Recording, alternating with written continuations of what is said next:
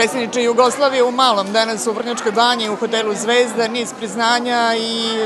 eminentni gosti svedoče u prilog onome što se dešava u Vrnjačkoj banji, a možemo da kažemo da zvanično ovako i kreće sezona u Vrncima. Jesmo li spremni za sezonu, sa čime ulazimo u sezonu i šta mogu da gosti očekuju u Vrnjačkoj banji? Pa treba reći da je ovo jedan lep početak sezone, s obzirom da je danas okupljeno oko 130 organizacija iz Republika bivše Jugoslavije, iz Austrije, Francuske, Palestine, koji su danas gosti Vrnjačke banje i koje svoje tradicije, svoje umotvorine i sve ono što čini narod iz tih krajeva danas možemo vidjeti ovde u Vrnjačkoj banji. Svaka manifestacija Zlatne niti pod pokroviteljstvom opštine i naravno organizaciji predsjednice Svetlane Trifunović zavrednjuje pažnju i Vrnjačke banje, ali i regiona, jer veliki broj učesnika je prisutan na ovom sajmu, da kažem, narodnog stvaralaštva, sajmu igara, sajmu posela, sajmu kulinarskih specialiteta i ručnih radova,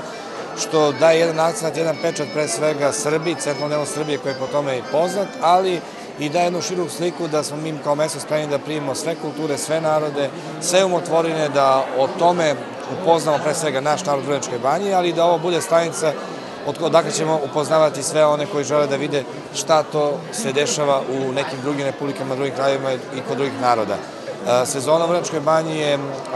možemo slobodno reći, i krenula, s obzirom da već su krenuli seminari, kongresi, konferencije koje su države u Vrnjačkoj banji. Ono što vidimo po planovima i po ugovorima koji su potpisani, možemo reći da će očekivanja ove godine biti na visokom nivou, čak i možda više od očekivanog, jer će Vrnjačka banja ove godine biti najposećenija turistička destinacija. Malo pa smo mogli čuti i od direktorke turističke organizacije Srbije da je Vrnjačka banja prošle godine bila druga po postavljenosti u Srbiji. To drugo mesto već držimo dugi niz godina, naravno znamo da prvo mesto pripada gradu Beogradu,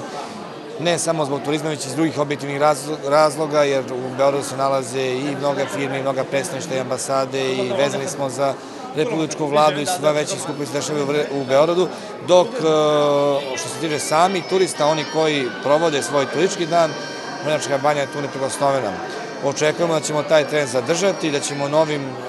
detaljima koje će Vrnjačka banja ubrzo dobiti i u oblasti turizma, a to su pre svega jedan velepan vodopad koji će biti na poziciji platoa biblioteke, nove inovacije, nove fontane koje će vrlo brzo osvojiti u Vrnjačkoj banji, novo uređenje naših ulica i drugi sadržaj će takođe uticati na to da Vrnjačka banja i dalje iz godine u godinu postaje sve popularnija destinacija za odmor, relaksaciju i uživanje.